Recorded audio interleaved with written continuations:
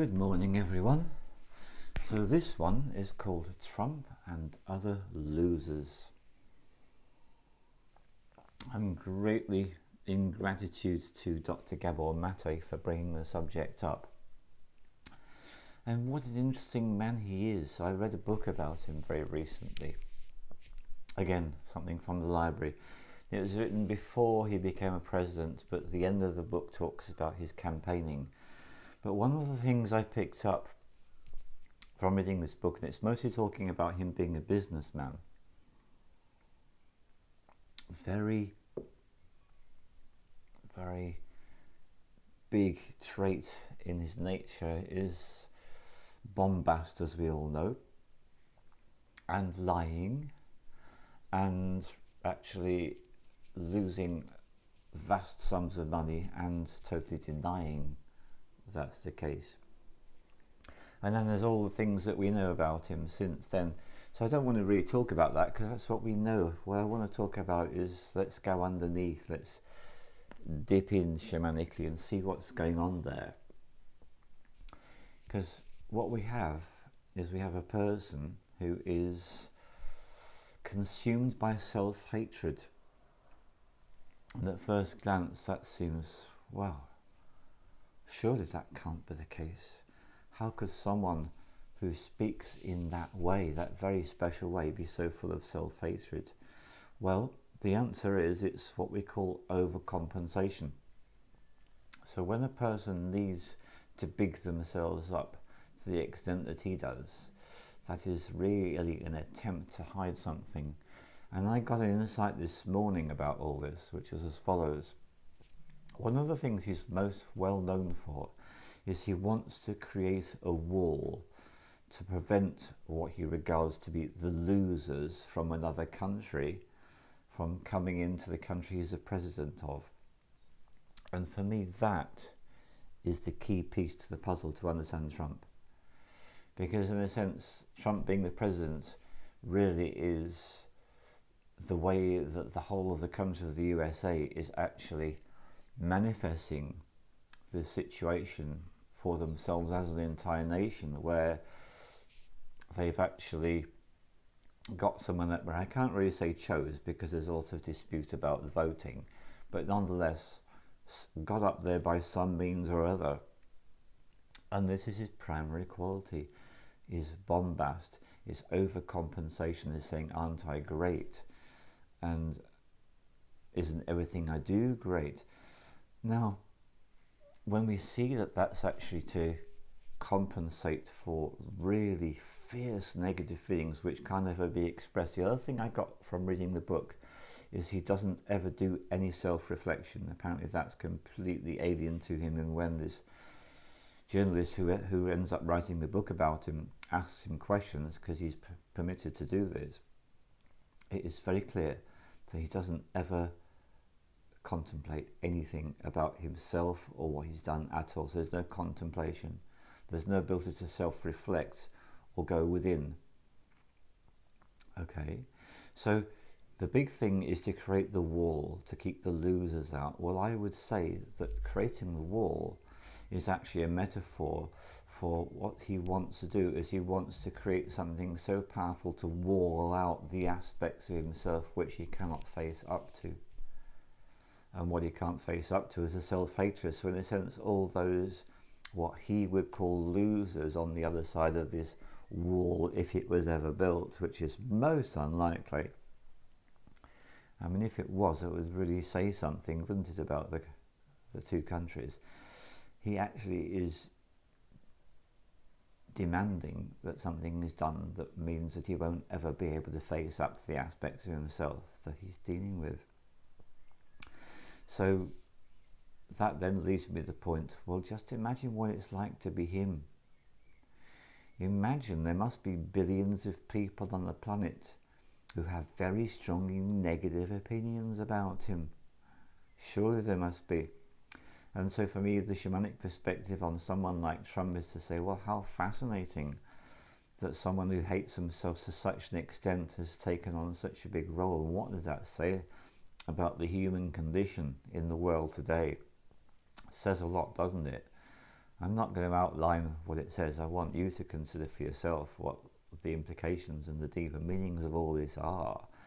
And then imagine hitting yourself to such an extent and having so many people vilifying you and saying how awful you are, and on the media as well, of course, so it's actually in the public domain.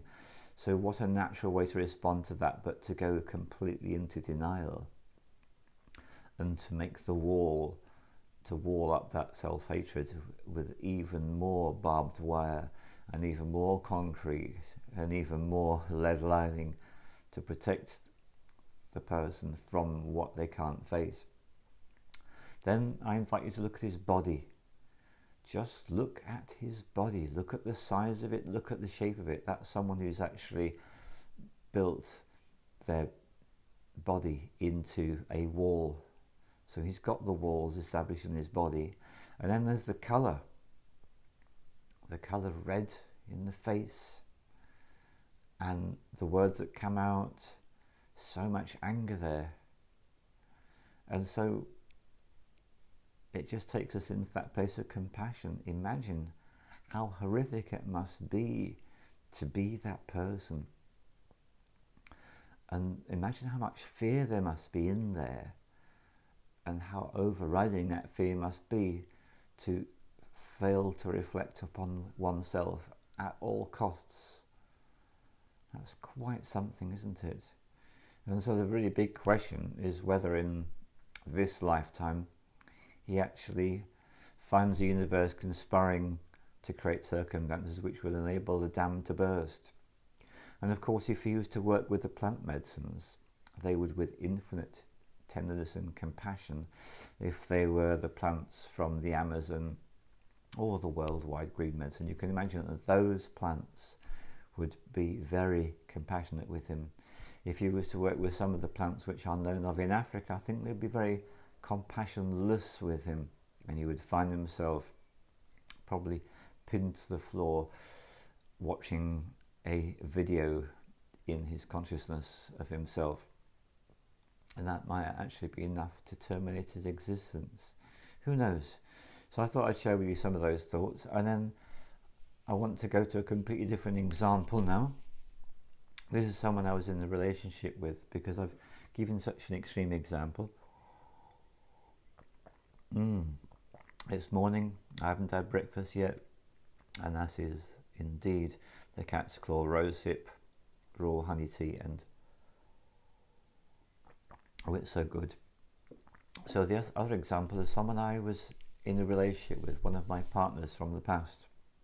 Of course, there's no such thing really, because as we all know, linear time is an illusion. So one of my partners, well, one of the things I discovered about her was when her mother used one particular way of speaking, and I suddenly grasped it about her.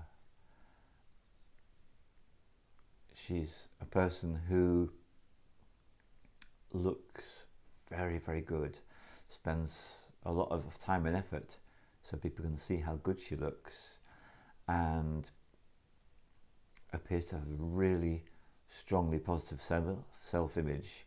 She doesn't go around saying how great she is, but by what she chooses to do, she gets people to give her lots of positive affirmation.